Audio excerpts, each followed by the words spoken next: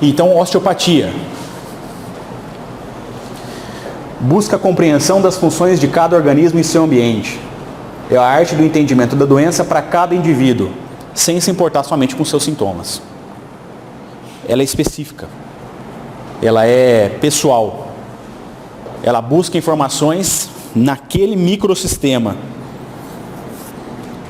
Então, quando a gente pega um ensaio clínico randomizado, que fala,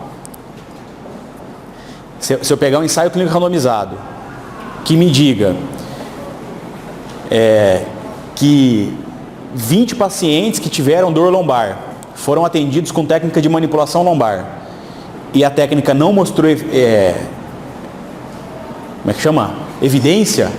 eficiência de resultado, para mim faz todo sentido. Mas então a osteopatia não funciona. A osteopatia não é isso. A osteopatia não é uma técnica. Para mim também faz todo sentido que você pegue pacientes com lombalgia e faça manipulação lombar, e que esses caras, uma parte pode melhorar, mas a tendência é que isso não tenha um grande efeito. Por quê? Quem disse que lombalgia é causada por disfunção lombar?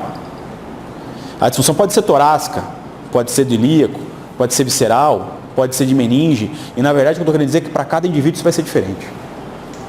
Então a gente precisa, para cada indivíduo, construir um diagnóstico, construir uma hipótese de diagnóstico para poder colocar esses sistemas de novo para funcionar. Essa é a proposta.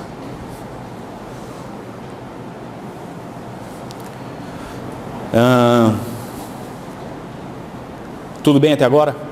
Isso aqui eu estou querendo mais é contextualizar mesmo isso para vocês, porque isso aqui é super importante. A gente não vai aqui ficar pensando em receita.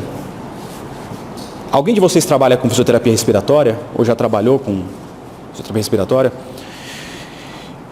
Fisioterapia respiratória, por exemplo, é talvez a área da fisioterapia que mais se aproxima da área médica, no sentido da maneira como trabalha, porque ela estabelece protocolos, né? Você está dentro do hospital, você segue aquele protocolo ali rigidamente, e tem que fazer isso primeiro, depois tem que anotar no prontuário, depois tem que fazer tal coisa. Isso, tudo baseado em consenso, no que a parte científica estabeleceu, mesmo que exista ainda uma diferença de hospital para hospital. Mas o modelo geral, ele é bem parecido para todos. Isso, é bem pequena. A nossa proposta aqui é bem diferente disso. E eu não estou querendo dizer que a fisioterapia respiratória não seja boa. Mas a fisioterapia respiratória também, ela não se preocupa em entender o processo. Ela se preocupa em tirar a pessoa da crise para ela poder ir embora do hospital.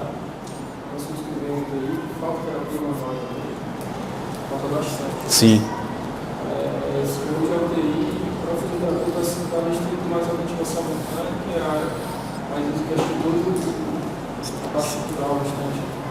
E, por exemplo, a parte de... Todo o trabalho que se faz de mobilização, manipulação com o paciente respiratório é terapia manual.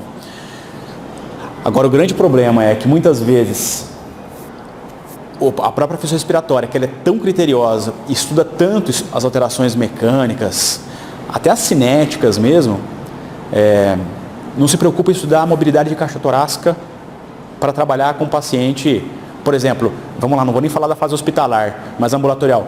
Um paciente efisematoso, eu vou trabalhar com ele exercício físico com oxigênio, mas eu não vou trabalhar a mecânica de caixa torácica. Então, a gente sabe que a mecânica de caixa torácica, ela está diretamente influenciada com a capacidade de saturação de oxigênio. Mas acho que falta essa parte da terapia manual dentro da grade do corpo. É porque não tem estudo científico a respeito, por isso que eles não colocam.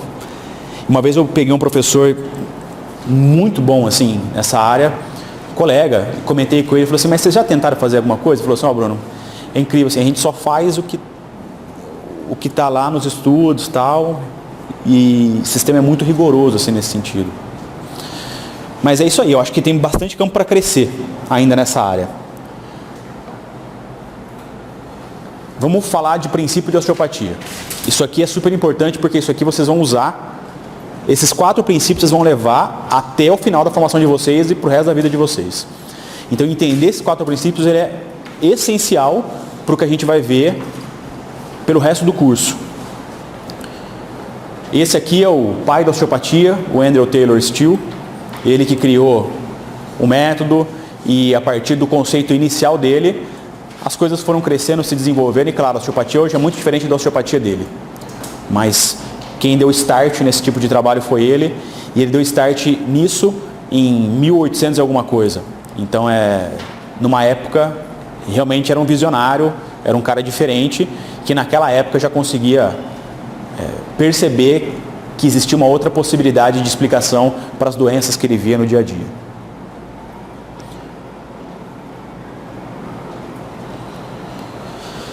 Falar de cada uma das leis, isso aqui é mais importante que vocês entendam, tá? A primeira lei do Steele é: a estrutura governa a função. Então, vamos entender isso um pouquinho melhor. O que é estrutura no nosso corpo?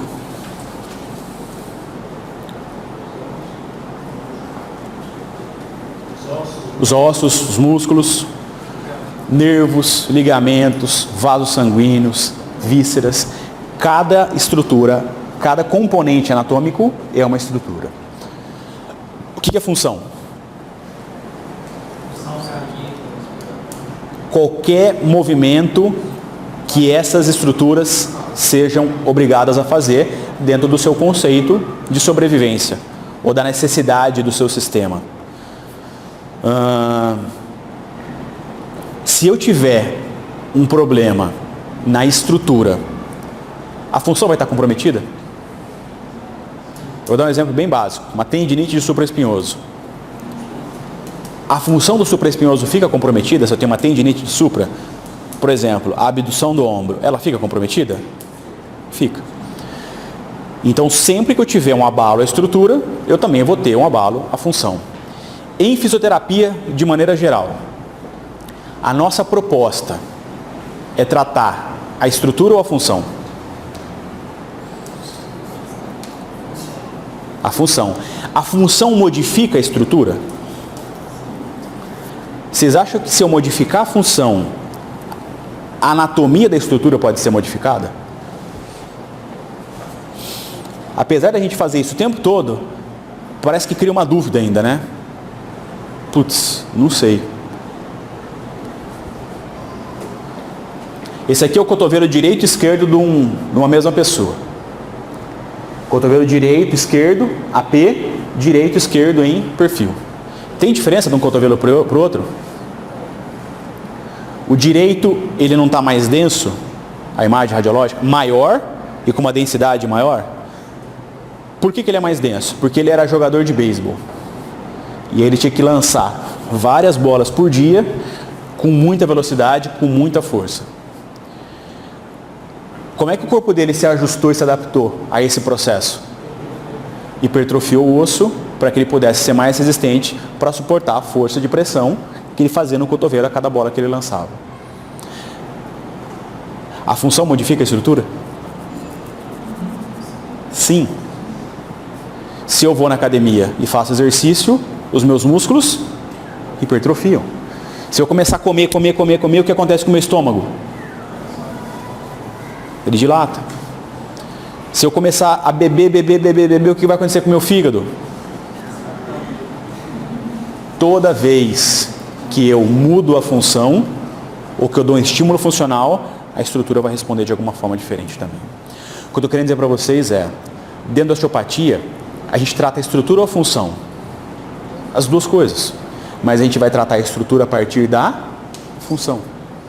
A hora que a gente modificar a função, a gente consegue mudar o conceito da estrutura.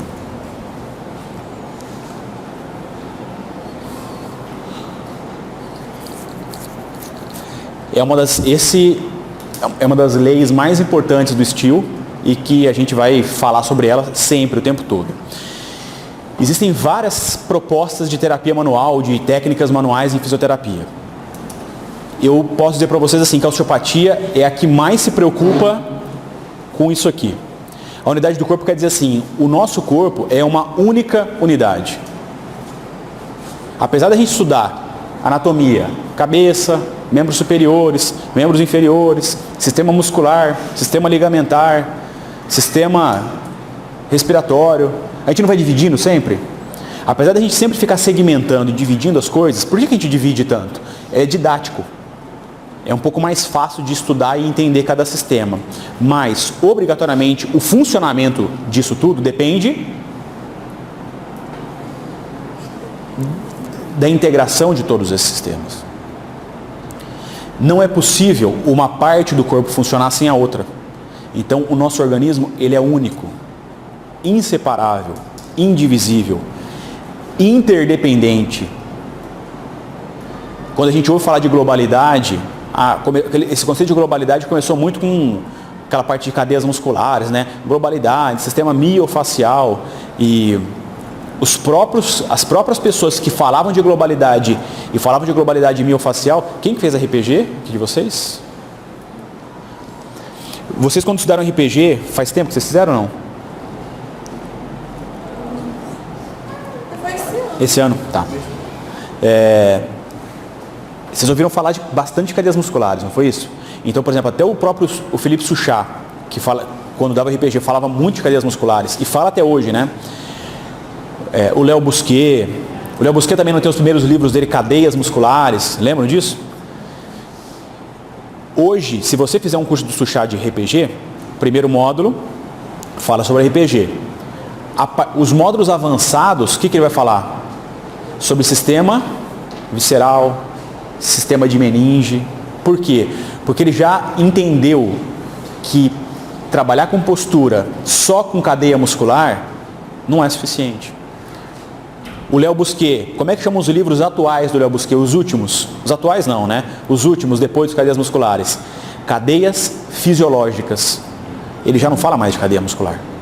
Porque ele sabe que se eu falar de cadeia muscular sem entender a relação com o sistema visceral, por exemplo, o conceito fica muito limitado.